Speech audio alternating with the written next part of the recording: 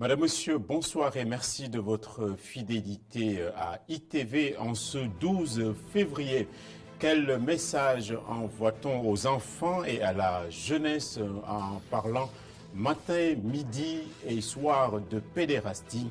C'est un message proprement désastreux. Voici la colonne vertébrale du journal. C'est une nouvelle couche qui vient donc d'être rajoutée à un sujet qui heurte beaucoup de sensibilité. C'est l'histoire de l'homosexualité qui a préempté le face-à-face avec la presse animée ce matin par Justin Trudeau et Macky Sall.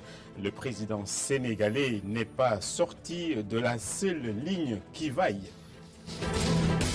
Les médicaments en toc se répandent comme une traînée de poudre dans le pays. En début de semaine, une nouvelle grosse saisie a été opérée à Thiès. La population qui ne sait pas distinguer la bonne graine de livret est angoissée par toutes ces contrefaçons. Du riz sale également et impropre à la consommation a été aussi disséminé sur le marché. Plus de 100 tonnes ont été saisies par les agents de police de Dakar. Cela est du fait de gens véreux pour qui tous les moyens sont bons. Reportage ce soir au marché Tilène où tout le monde rejette ces pratiques occultes. Les banques ne sont pas des enfants de cœur, mais cela n'empêche, elles font toujours face aux mauvais payeurs qui contractent des crédits et s'évanouissent aussitôt après dans la nature. La BCEAO fait état de 732 milliards en termes de contentieux et de réclamations qu'elle est appelée à gérer avec beaucoup de tact. Le développement de tous ces sujets dans un court instant.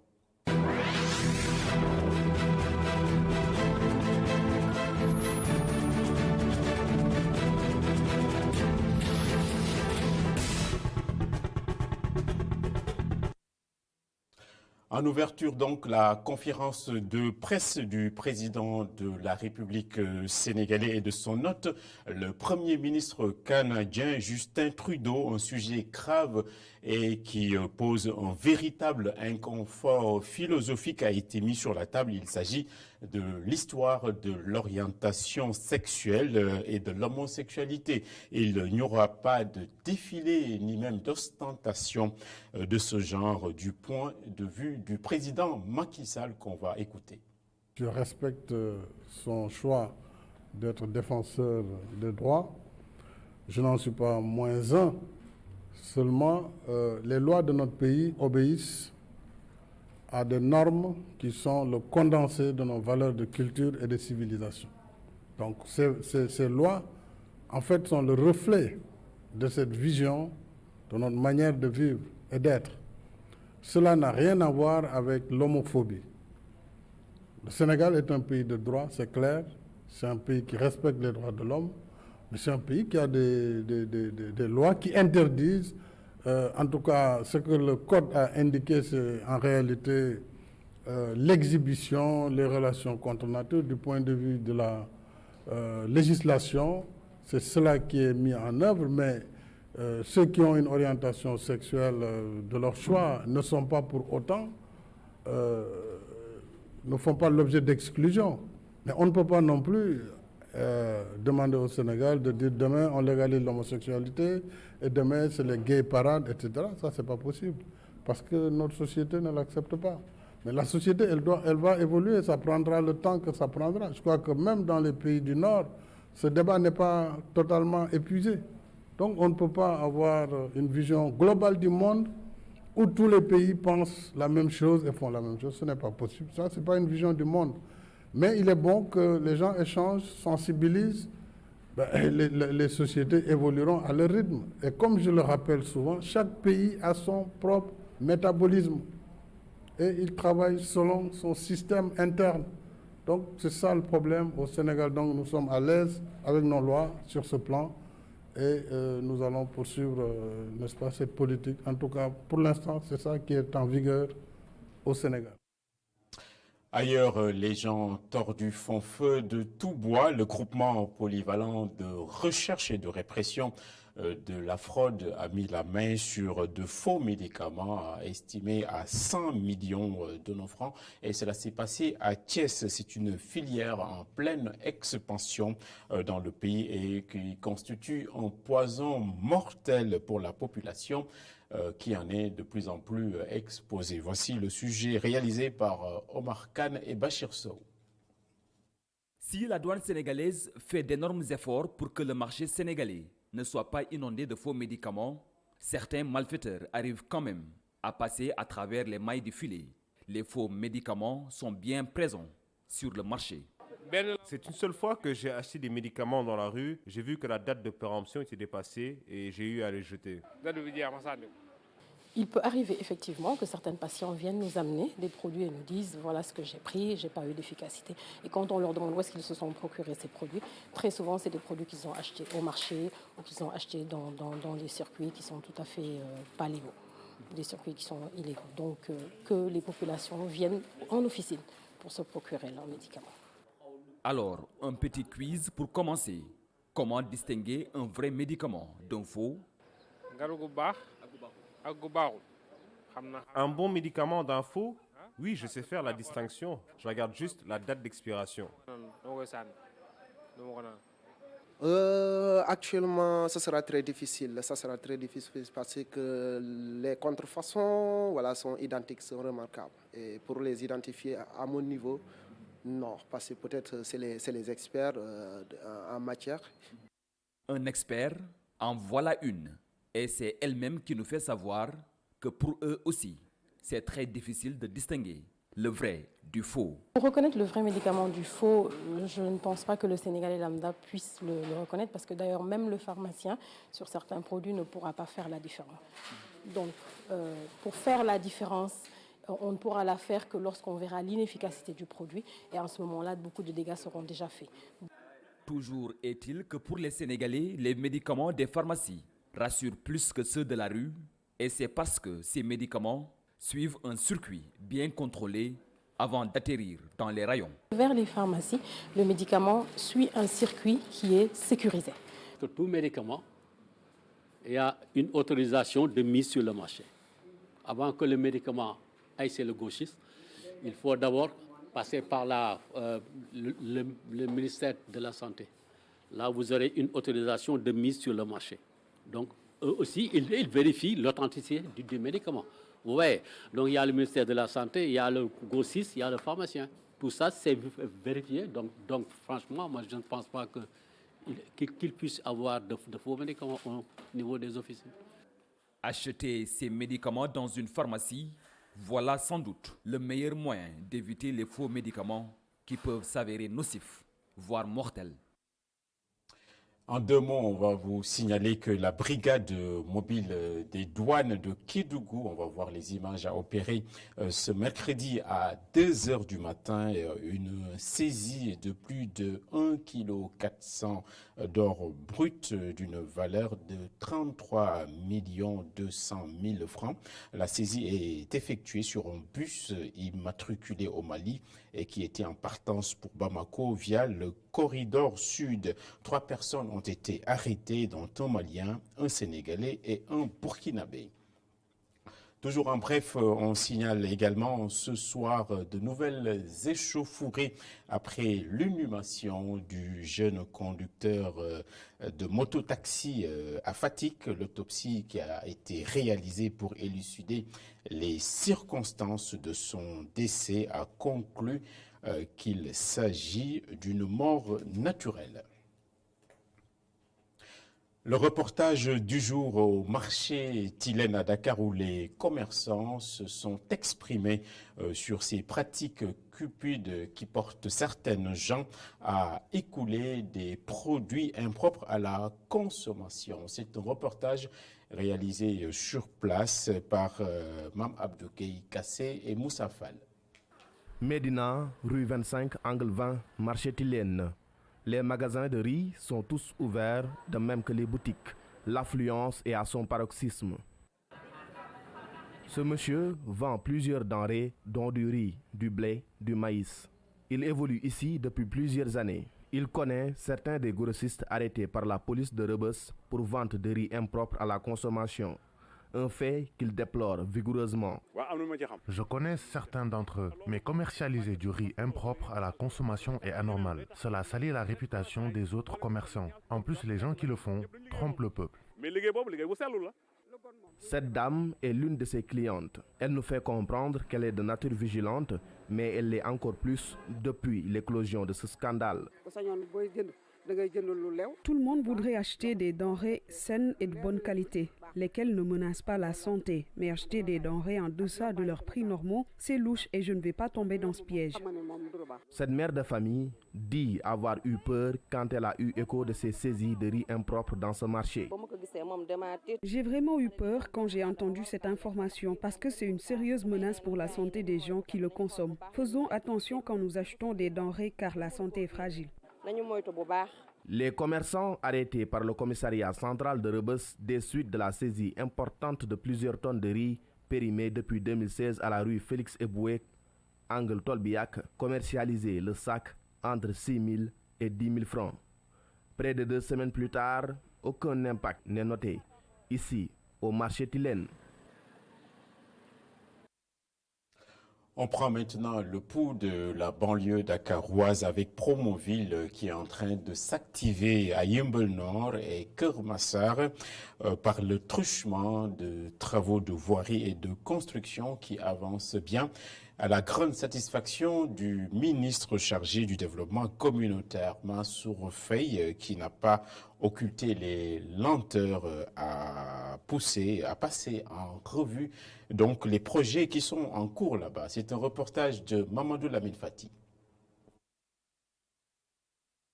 Les communes de Yeumbeul Nord, de Keur Massar ont accueilli le ministre du développement communautaire, de l'équité sociale et territoriale.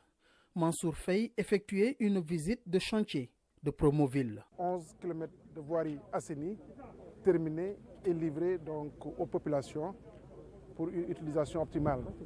Et je pense que nous avons senti le témoignage de l'ensemble des populations visitées par rapport non seulement à l'impact amené donc, au niveau donc, de leur localité, mais aussi l'impact positif surtout dans le cadre de l'amélioration des conditions de vie des populations.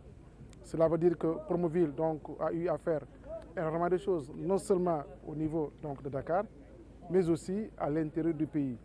Là où je vous parle, donc, à peu près 9 milliards ont été mobilisés pour 11 km de voirie, financés à partir du budget de l'État, la Banque africaine de développement et aussi la Banque islamique de développement. Comme je l'ai dit tantôt, c'est des voiries assainies, éclairées, l'éclairage est là et qui sera mis en œuvre donc incessamment. Et donc, en tout cas, la dynamique va se poursuivre ainsi, puisque Promoville, c'est financement de l'État d'abord, 69 milliards de francs CFA, financement de la Banque islamique de développement pour 84 milliards, et le financement à partir donc, de la Banque africaine de développement pour à peu près 70 à 75 milliards de francs CFA, destinés donc, aux voiries internes. Un programme pour améliorer la mobilité, renforcer le système d'assainissement et le cadre de vie de la population. On a enregistré quelques doléances, surtout par rapport à certains raccordements. Tout à l'heure, au niveau de Yeumbeul Nord, il y a un tronçon qui reste à être matérialisé sur 300 mètres linéaires et cette question sera prise en charge entre le ministère des Infrastructures et Promoville pour permettre à la route que nous venons de visiter tout à l'heure, effectivement, d'avoir la jonction nécessaire entre cette route-là et la route des Niayes. Il y a une autre route aussi qu'on a visitée. Il va falloir trouver des voies et moyens pour que la jonction puisse être réalisée pour rendre la circulation beaucoup plus fluide à ce niveau-là. C'est des questions que nous avons intégrées et nous allons les traiter dans les meilleurs délais. Un montant de plus de 8 milliards pour la modernisation des villes. Un engagement de l'État qui devrait améliorer le cadre de vie des populations de la banlieue.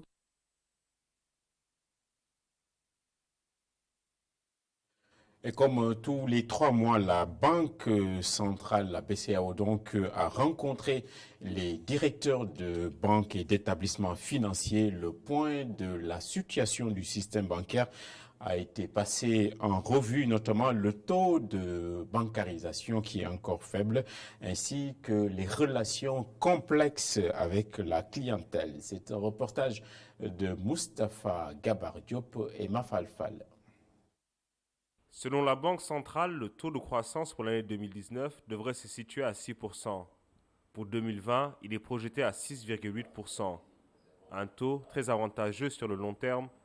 C'est un taux excellent parce que c'est vrai qu'une baisse, personne n'aime la baisse. Mais on a l'habitude de comparer un taux de croissance de l'économie avec le taux de croissance démographique.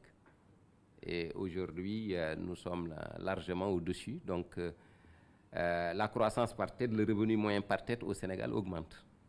C'est ça qu'il faut tirer. Je sais que souvent, nous déplorons des baisses et nous voulons nous justifier. Non, 6%, il y a des pays, si vous leur donniez 6%, ils vont signer tout de suite. Et sur les 5 dernières années, une moyenne aussi importante. Et au plan macroéconomique, on préfère une croissance lissée qu'une croissance en dents de scie. Quant au taux de bancarisation, il est en légère hausse, passant de 19% en 2018 à 21,8% en 2019. Il pourrait encore progresser si les banques amélioraient leurs relations avec leur clientèle. Vous avez le taux de bancarisation qui concerne les banques, vous avez les institutions de microfinance, vous avez la monnaie électronique. Il y a quelques années, on n'était même pas à moins de 10%. Maintenant, il faut également que vous nous aidez à éduquer nos compatriotes pour leur demander d'arrêter de thésauriser de la monnaie, d'ouvrir des comptes bancaires et sécuriser.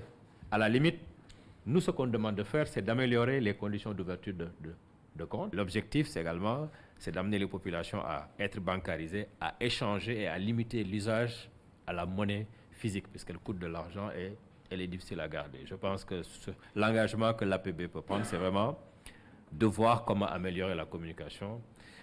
Même si les crédits sont en hausse de 8%, 13,8% d'entre eux seraient des créances en souffrance. Une situation qui appelle à la résolution des contentieux bancaires au Sénégal, selon le directeur de la BCEAO. En bref, le nommé Djidjak, manager de Viviane Chidi et ses amis d'infortune, ont été envoyés à Rebeuss. Le juge d'instruction du 8e cabinet les a placés sous mandat de dépôt donc cet après-midi. Les chefs d'inculpation sont les suivants: association de malfaiteurs, trafic de migrants, faux et usage de faux et faux dans un document administratif. Rentrée académique des élèves maîtres à Rufisque au centre régional de formation des personnels de l'éducation. Les élèves maîtres sont 300 en tout et pour tout dans cet institut. C'était en présence du ministre de l'Éducation, Adama Sarr et Mafalfal. Ils sont au total 300 élèves maîtres qui vont bénéficier de la formation après une rude présélection. Le déroulement de la formation porte sur plusieurs volets. La formation va se dérouler jusqu'au mois de septembre. Ce sera une alternance théorie-pratique. Il y aura des cours théoriques qui seront ponctués de stages pratiques au niveau des écoles d'application. Il y aura un premier stage qui va se tenir tout juste au courant de la semaine prochaine. Ce sera le stage d'immersion ou d'imprégnation qui a pour objectif de permettre aux élèves maîtres de s'imprégner des réalités de l'école et de la classe. Ces élèves maîtres sont prêts à relever le défi qui les attend. Nous sommes prêts parce que nous avons opté pour l'enseignement. Nous n'avons pas été forcés. On s'est inscrit pour participer au concours, un concours très sélectif. On a été choisi parmi les meilleurs. Nous allons faire de l'enseignement.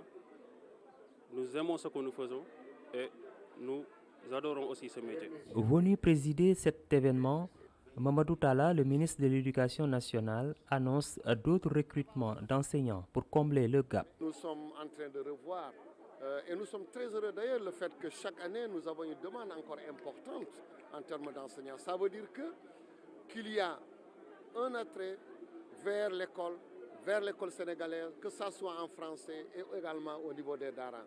Et c'est plus de 300 000 nouveaux élèves enseignants qui rentrent, qui tapent chaque année à la porte de nos écoles. Et chaque année donc le quota qu'on nous donne augmente. L'année dernière nous en avions pas beaucoup, Cette année, nous avons 2500 nouveaux et nous allons continuer dans cette dynamique et dire que nous allons faire face et également une réorientation, une réorganisation dans l'utilisation optimale de nos enseignants qui sont au niveau, donc à l'intérieur du pays. A rappeler que 2 thèmes ont été choisis pour cet amphithéâtre de la rentrée académique 2019-2020 des élèves maîtres, une formation de qualité pour une appropriation de l'éducation de valeurs et éthique et morale. Elhadj Malick Gakou, le leader du grand parti, était dans nos murs cet après-midi. Il a été reçu par les dirigeants émérites du groupe E-Media Invest. Malick Gakou en a profité pour aborder l'essentiel des points d'actualité qui traversent notre pays. Il redevient ainsi de plus en plus visible après une longue cure médiatique. Ses propos sont recueillis par Chersal.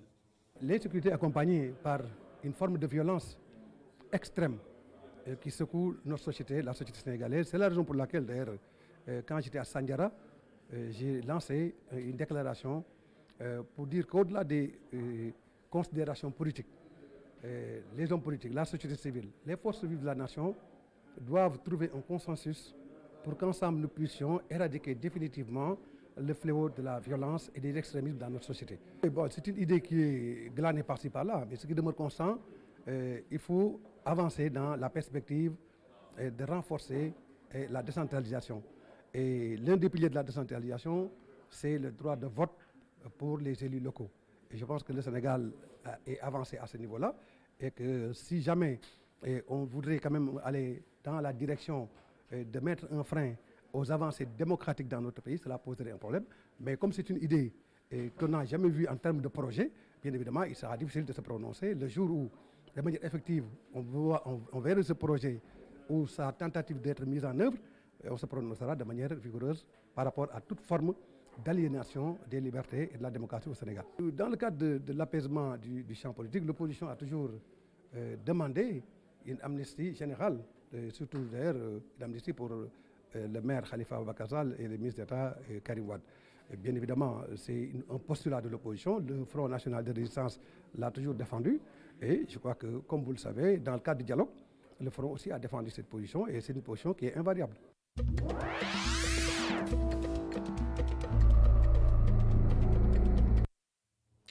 Le Monde en images, les primaires démocrates dans le New Hampshire ont sacré Bernie Sanders avec une victoire étriquée. Il arrive devant Buttigieg en 3e position. On retrouve Amy Klobuchar qui est notamment la surprise du chef, alors que Joe Biden est largué et dépassé par ses piètres résultats analysés comme une sorte de bérésina. En France, Patrick Balkany est à l'air libre. Il est sorti de prison sur autorisation de la Cour d'appel de Paris. C'est une mise en liberté qui a été décidée en raison de l'état de santé de l'ancien maire de Levallois-Perret, 71 ans aujourd'hui, qui a été condamné pour fraude fiscale et blanchiment d'argent. La Turquie réitère ses menaces contre l'armée de Syrie. Selon Erdogan, son pays n'hésitera pas à frapper le régime syrien là où ça fait le plus mal. Le président turc a également porté des accusations à l'endroit de la Russie qui aurait un rôle dans le massacre de civils dans le nord du pays.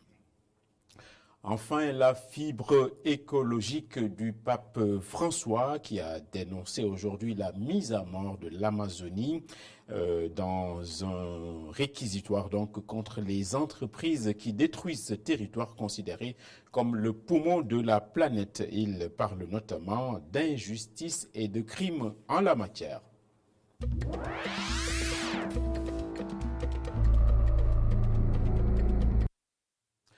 On le sait déjà, le stade de Mandela de Mbacké a été démantelé par les vaillants Baye-Fall en 2 temps, 3 mouvements. Ils ont appliqué un diguel du khalife général des Mourides. L'espace va désormais accueillir un institut d'enseignement coranique pour former des milliers de jeunes gens. Goran Daklo et Tchernofey. Un mur de clôture flambant neuf, une tribune qui ne laisse aucune trace. Seule la situation géographique détermine l'emplacement du stade communal Nelson Mandela. Suite à la pose de la première pierre, le 23 janvier, les fidèles Baye Fall s'activent à honorer la demande du calife général des Mourides, d'où leur engagement et leur détermination.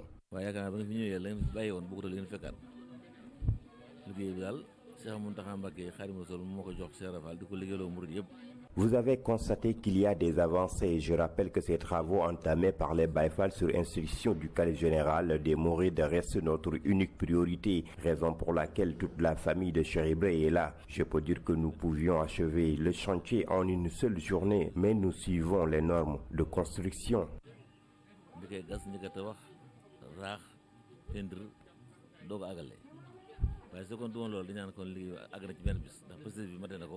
À cet effet, Serigne Fallou invite davantage les fidèles mourides à venir répondre à l'appel du guide religieux.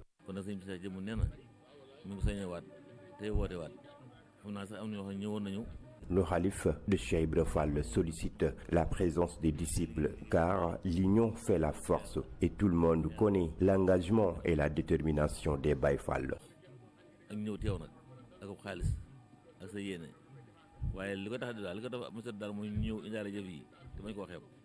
Des tentes au milieu du terrain où des centaines de disciples passent la nuit rien que pour respecter les délais d'exécution. C'est donc la fin de ce journal et le chantier de la soirée. Ça sera la météo tout à l'heure, les inspirations du professeur philosophe et le phare de cette même soirée, ça sera Ndiachar du mercredi soir. Une civilisation qui ruse avec ses principes est une civilisation moribonde. Grande phrase d'Aimé Césaire. Passez une très bonne soirée. Au revoir.